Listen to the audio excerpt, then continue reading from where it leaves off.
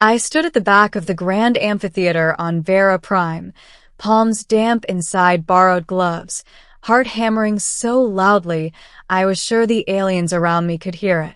The ceiling soared like the inside of a hollow mountain, threaded with glowing crystal veins that pulsed gently in pastel colors. Rows upon rows of non-human figures filled the terraces, towering reptilian delegates, floating gas bag intelligences in shimmering harnesses, insectoid collectives whispering through shared mind links. 1 billion species, it was said. The assembly of accord, the political heart of the galaxy. And somehow I, a maintenance technician from Earth, was standing in the back row wearing a formal sash that still smelled like the closet it came from. I wasn't supposed to be here. My name is Elias Ward. A nobody. A junior structural systems engineer assigned to Outpost Meridian, humanity's first deep space diplomatic station. I fixed leaking pressure seals and recalibrated gravity plates. I did not speak for species. I did not negotiate treaties. I definitely did not stand before galactic councils. But 3 days ago, an alien battleship had emerged out of void space near Meridian. No warning. No hails. Just a vast black shape, like a shard of night, bristling with weapon ports. Every diplomat on the station panicked. Defense officers scrambled. Communication arrays jammed. No one knew what to do. Except I noticed something wrong with the station's outer shield grid. It was flickering, subtle, almost invisible. A microphase instability. Something I'd seen once in a simulation disaster scenario during training. A resonance flaw. If the alien ship fired, the shield would collapse like glass. I didn't ask for permission.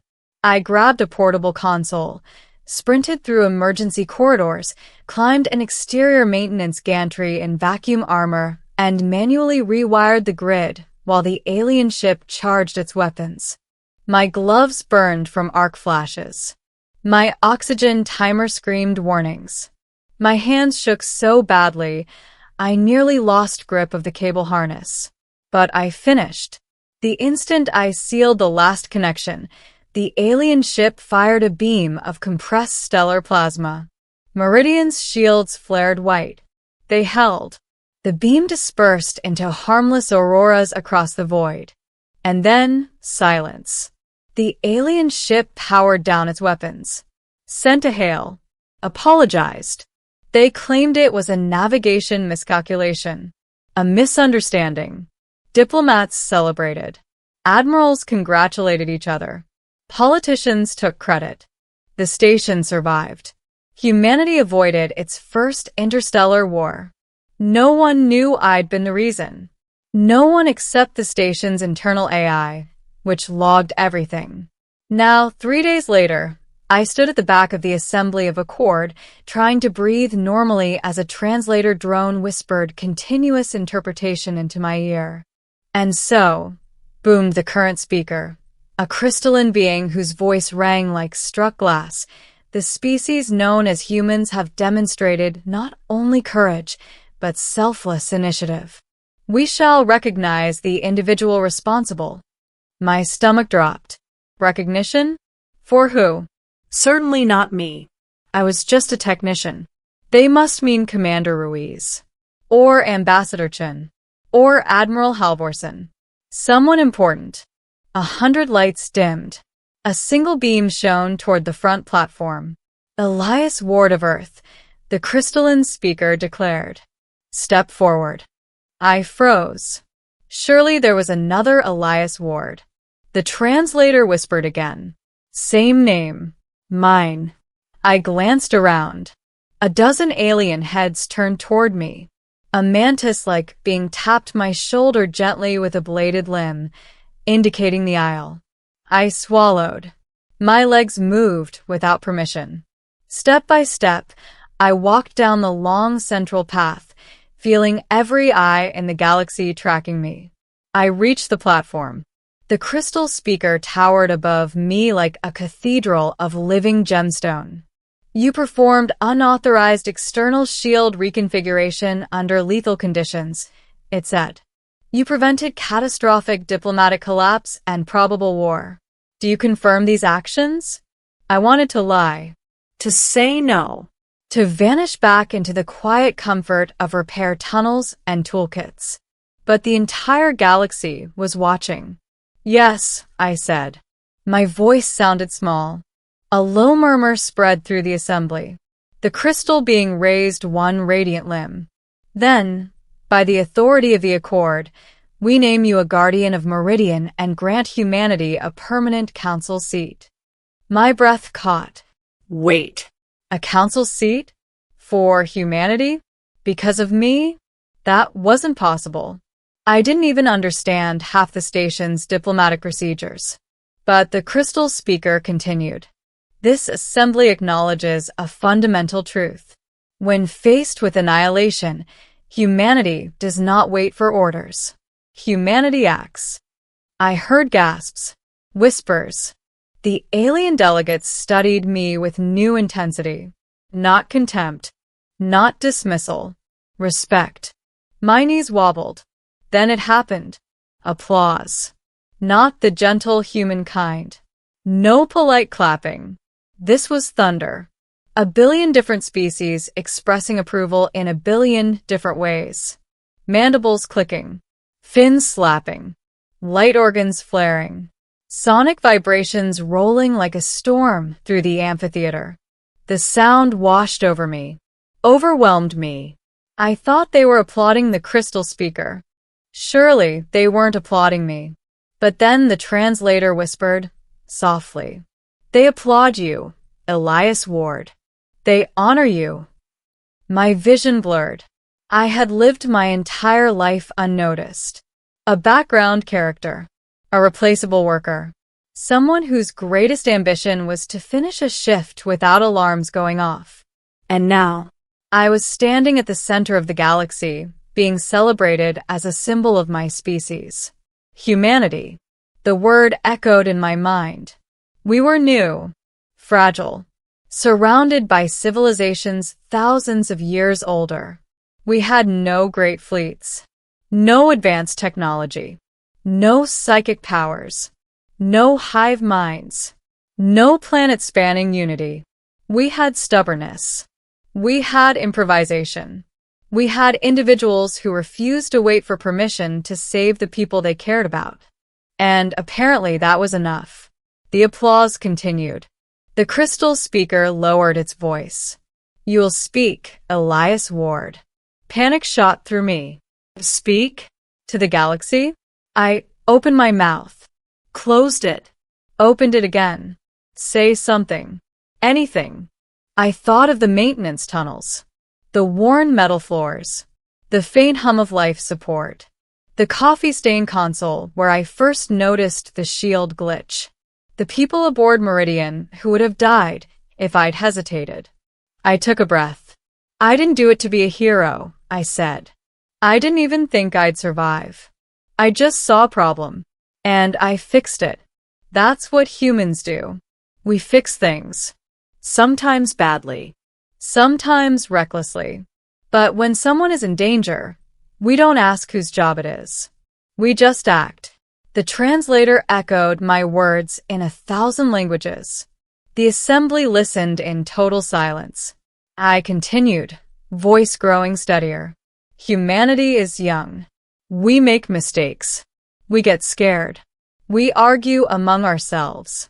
But if the galaxy is willing to give us a chance, I promise you this. When things break, we'll help fix them. Together. For a moment, nothing happened. Then the applause returned, stronger than before. Deafening. Endless. I stood there, small and shaking, while an ocean of alien approval thundered around me. I thought they meant someone else. But the applause was for me. For humanity. For the idea that even the smallest person, in the darkest moment, could change the fate of worlds. Later, after the ceremony, I stood on a balcony overlooking Vera Prime's twin moons. A warm breeze carried strange floral scents through the air. A translator drone hovered quietly beside me. A reptilian delegate approached, tall as a tree, eyes glowing gold. "You are uncomfortable with fame," it said. I laughed nervously. "Is it that obvious?" "Yes," it replied. "But understand this. The galaxy does not applaud your ego. It applauds your instinct. Your species' refusal to surrender to helplessness. That is rare among civilizations." I leaned on the railing, watching distant stars flicker. "I just didn't want people to die," I said. The reptilian inclined its head. "That is why they applauded." It left me there with the stars. I stayed long after, thinking about what came next. I knew I'd never return to a quiet maintenance life. Humanity now had a council seat. Diplomats would ask me to speak. Officers would ask my opinion. Media across Earth would repeat my name until it lost meaning. But in the end, I was still Elias Ward, a technician, someone who saw problems and fixed them. And somewhere deep in my chest, beneath the fear and disbelief, a quiet pride ignited. Not pride in myself, but pride in my species. Because in a galaxy full of ancient empires and incomprehensible minds, it wasn't power or prestige that had earned humanity recognition. It was a single human, terrified and improvising, choosing to act anyway. That was us. That was humanity. And as I looked out across the stars, I realized something else. This was only the beginning. The galaxy had noticed us now, not as conquerors, not as victims, but as builders, fixers, guardians. And no matter how vast the universe became, no matter how strange the challenges ahead, I knew one thing for certain. When the moment came, we would act again. The next morning, I returned to Meridian Station. Not as a technician. Not exactly. A shuttle carried me from Vera Prime's orbit, its windows showing the station growing larger against the velvet black. I watched it silently. The same station whose corridors I once knew better than my own hometown streets. The same station where I'd rewired a shield with shaking hands and half a prayer. Now it was different. Now it had a plaque. As I stepped off the shuttle, a small crowd waited. Station officers, crew members, a few curious diplomats. No fanfare. No thunderous applause. Just quiet respect. Someone had mounted a simple metal plate beside the main airlock. Meridian Station. Guardian Point. I stared at it. Guardian. The word felt too large for me, too heavy. But it was there, bolted into steel, part of history now. Commander Ruiz approached and clasped my shoulder. "Welcome home, Elias," she said. "Your old bunk's still yours. Unless you want better." I smiled. My old bunk is fine. Because some things didn't need to change. I walked the familiar halls that night. The hum of life support. The vibration underfoot.